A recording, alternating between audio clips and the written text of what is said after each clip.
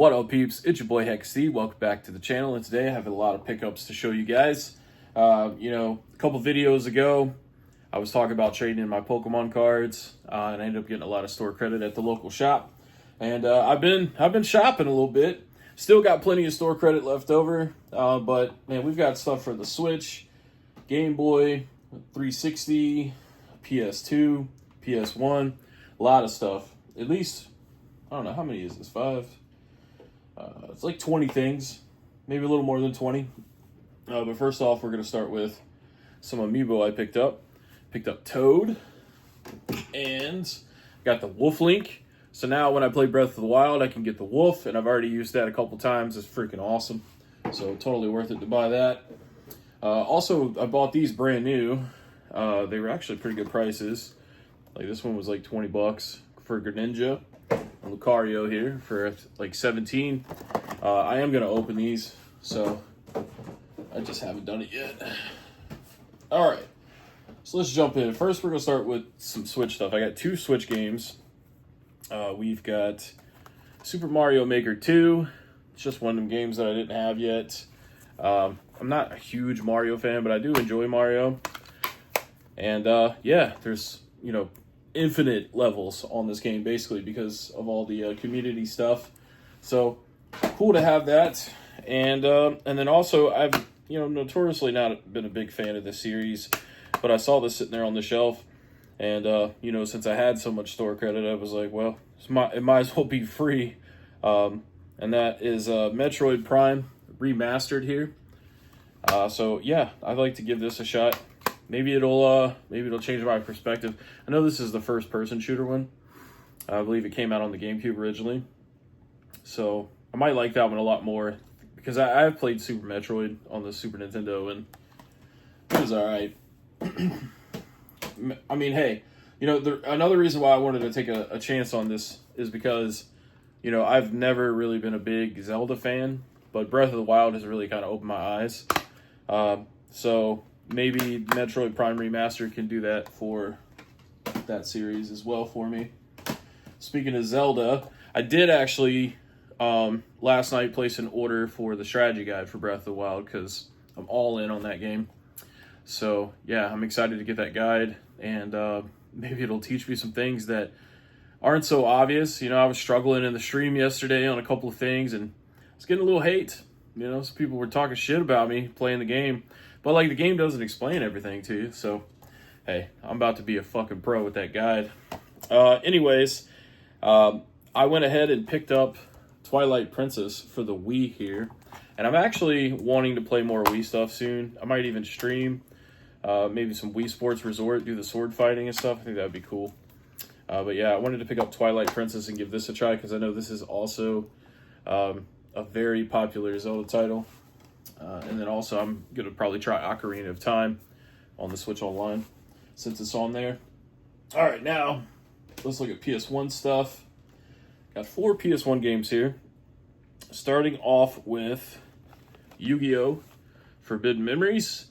I remember this game when I was a kid. And, I love Yu-Gi-Oh! So I had to have this in the PS1 collection.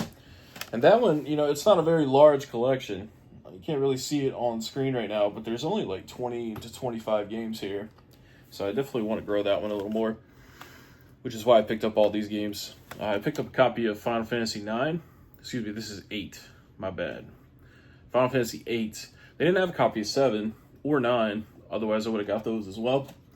I think at this point, I've got almost every Final Fantasy main game.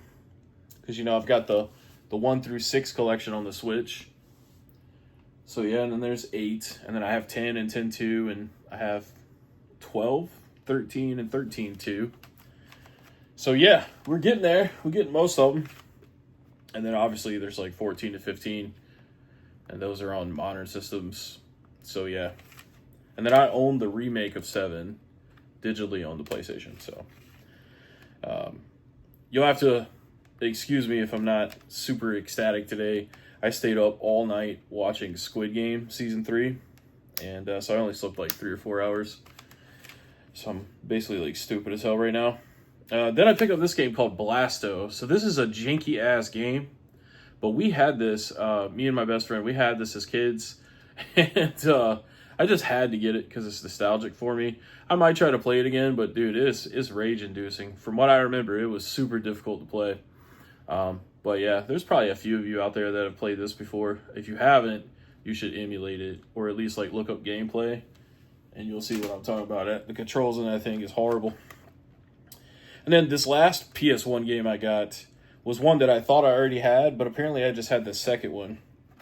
I had seen this one multiple times in public. I just passed on it because I thought I already had it. But this is an essential PS1 game, and honestly, they should have put this thing on that PlayStation Classic. And that's Driver, You Are the Wheelman. Dude, not only is the story in this game good, but just driving around is just so fun in this game. And you can't get out of the car in this one. They actually didn't allow you to get out of the car in the second one either. So, but Driver 3, which came out on PS2 and Xbox, you could get out of the car. But then it was just like Grand Theft Auto at that point. So it didn't really do as well as they probably wanted it to. Alright, now we got original Xbox. We have 2 original Xbox games. First up, we've got Conflict Desert Storm 2. To be honest with you, when I took this off the shelf, I thought it was the first one, so I still need to get the first one. But I used to play these a lot, and they're actually not that bad. They're pretty good. Reminds me a lot of like Ghost Recon, like old school Ghost Recon. And here's another essential game for the original Xbox that I did not have, as far as I know. I'll have to double check. I might have 2 copies of this now. I don't think I had it, but man, I used to play this a lot, and this is actually my favorite game in the franchise, and that's Doom 3. This was more like a survival horror game than it was like a first-person shooter, but this was like the first time that they were able to like make like a modern Doom, and I don't know if it was received very well. I mean, it says 10 out of 10 Xbox Magazine on the back. But I just remember walking around, I think it was a ship, or like a spaceship, with like a flashlight, man. And getting the spookies. We might have to actually play this during, like, Halloween season. If I could figure out a way, might have to actually emulate this to play it. To where I could stream it, because I don't have, like, an HDMI for my Xbox. Alright, now we got 2 360 games. And one of them's an RPG that I've always seen, but I haven't played. But I figured I'd go ahead and pick it up since it was cheap. I think I paid like $8 for this. Tales of Asperia. It's made by Bandai Namco, so it's probably pretty good.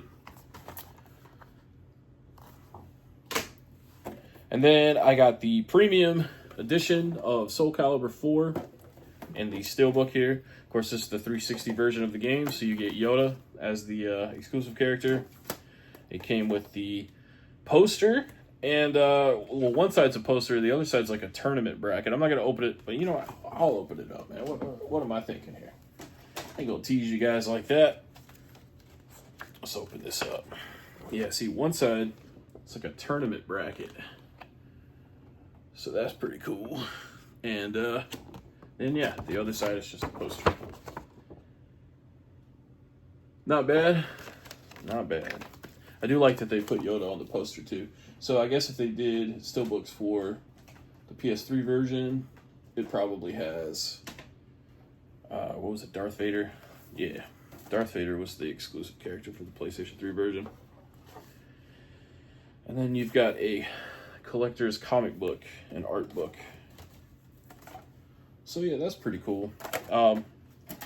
Yeah, Soulcalibur is one of my favorite fighting franchises, and actually when we get into the PS2, I got some more Soulcalibur. Yeah, I'm trying to collect all of them. I still haven't played Soulcalibur 6. It's still sitting over here, but I'm gonna get to it eventually. But you know, Soulcalibur is one of them games where like if you played one, you played them all. The only thing that really changes about them is the graphics.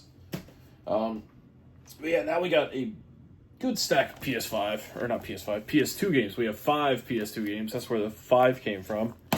First up, we got Rogue Galaxy. Never played this, but man, I've always seen it when shopping, you know, over the years. And I always liked the name of it. I think Rogue Galaxy is a cool name. And I don't know, it just looks like something that you could get sucked into. So I I finally picked it up.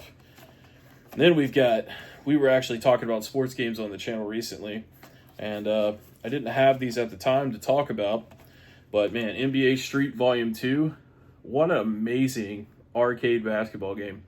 It's almost, over the top exaggerated like NBA Jam is, but man, EA Big as a publisher, developer, was freaking awesome. I wish they'd bring these games back. And then we've got NFL Street Volume 3. Can't go wrong with some street football.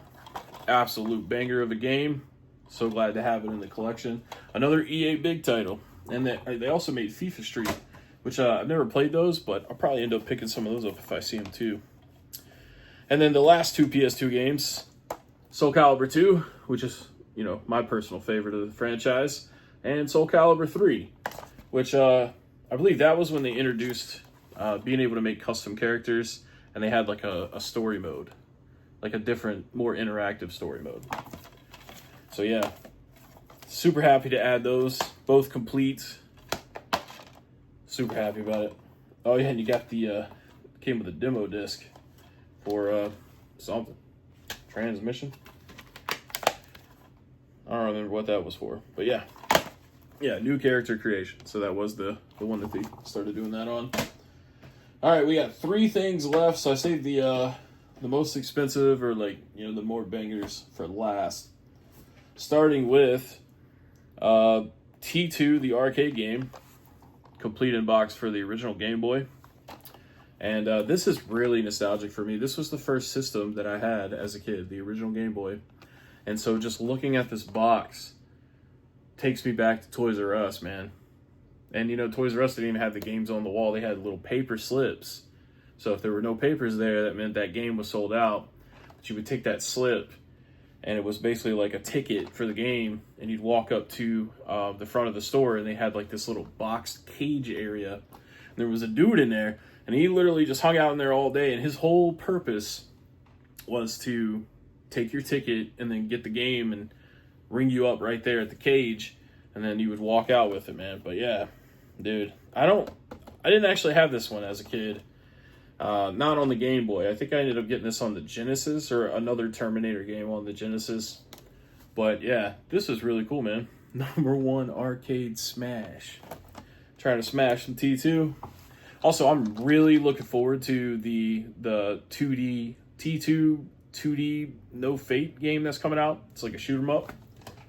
That's gonna be freaking sweet, based on Terminator 2. All right, this right here, this is a guilty pleasure of mine. It's one of my favorite TV shows of all time, and this is the 64 version of the game, and that is South Park. It's actually complete. That's a little beat up on the top here, but I'm still happy to have it. And I actually do have some protective cases, so I'm gonna, right after I film this video, I'm gonna put this in the protective case. But yeah, as you can see, got the Manny. It's got the registration code. I know James will be excited to see that. He's a stickler for that. He says, not complete if you don't have the registration code. We got the registration code, bud. And then, of course, the game. This is a really fun game, too, man. You could, pee on snowballs and throw them at people. This took place during, the first season of South Park, where it's around, Thanksgiving. The turkeys have, gone loose and, went fucking crazy. So, yeah. But, yeah, you look at the graphics right there, man. It's a little worse than the actual South Park. But nowadays, with Fractured Butthole and Snow Day and Stick of Truth, the game basically just looks like the TV show. So, but that was a fun game. It was made by Acclaim. And the last thing I want to show you, this is pretty sweet, honestly, and it is new, and I will be opening it for sure at some point. But this is a Nintendo DS game, and I remember at the time when it came out, it was a top-down, and, I'll just tell you what the game is. Grand Theft Auto Chinatown Wars. But yeah, so it is top-down, which is a lot like Grand Theft Auto 1 and 2, and, I wasn't a big fan of that. I didn't really get into Grand Theft Auto until Grand Theft Auto 3. I think a lot of people, were like that, But this game actually works in top-down pretty well for the DS, and there's a drug dealing aspect to the game, And man, I used to just do that all the time. I would just sell the drugs and make a bunch of money. I never even beat the game. The cutscenes are kind of played out like a comic book, where it's like still shot with like dialogue, like in the little comic bubbles. If I recall correctly, it's been a long time since I played this, but the thing that I vividly remember about it is you would go across town, meet the drug dealer, get your drugs, and then you would take them and flip them for cash. So yeah, I did that a lot. But yeah, I'm excited to have this. I can't believe that it was brand new sealed, but I'll definitely be opening that. In fact, go ahead and open it right now. If I can do it quickly. Yeah, there we go.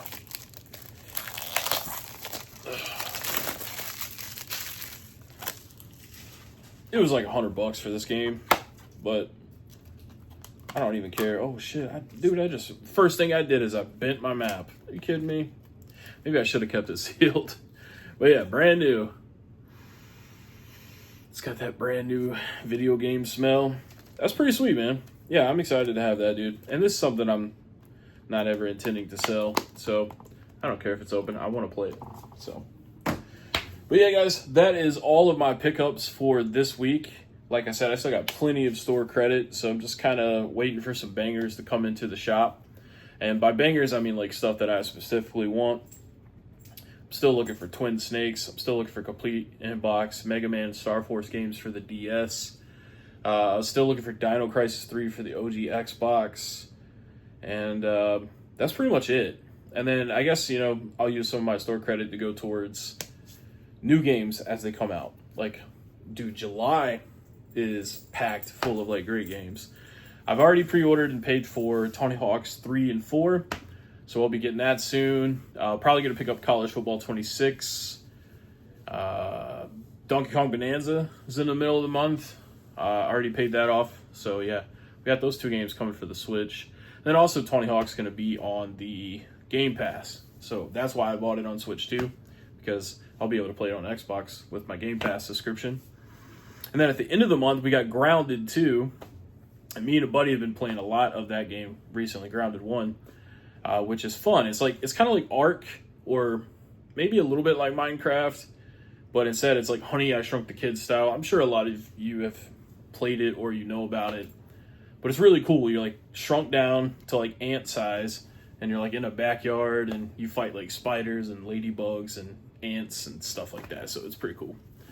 But yeah, July is going to be freaking awesome.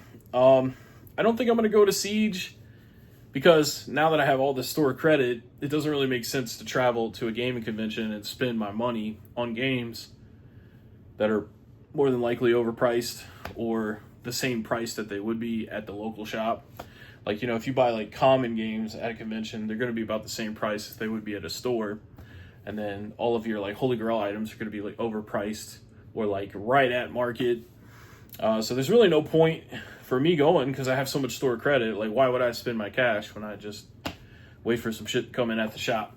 But I did get free passes to go from the people there, and I appreciate them, giving me free passes to go to the Siege event. But it's gonna be in the middle of July, which is gonna be hot as hell.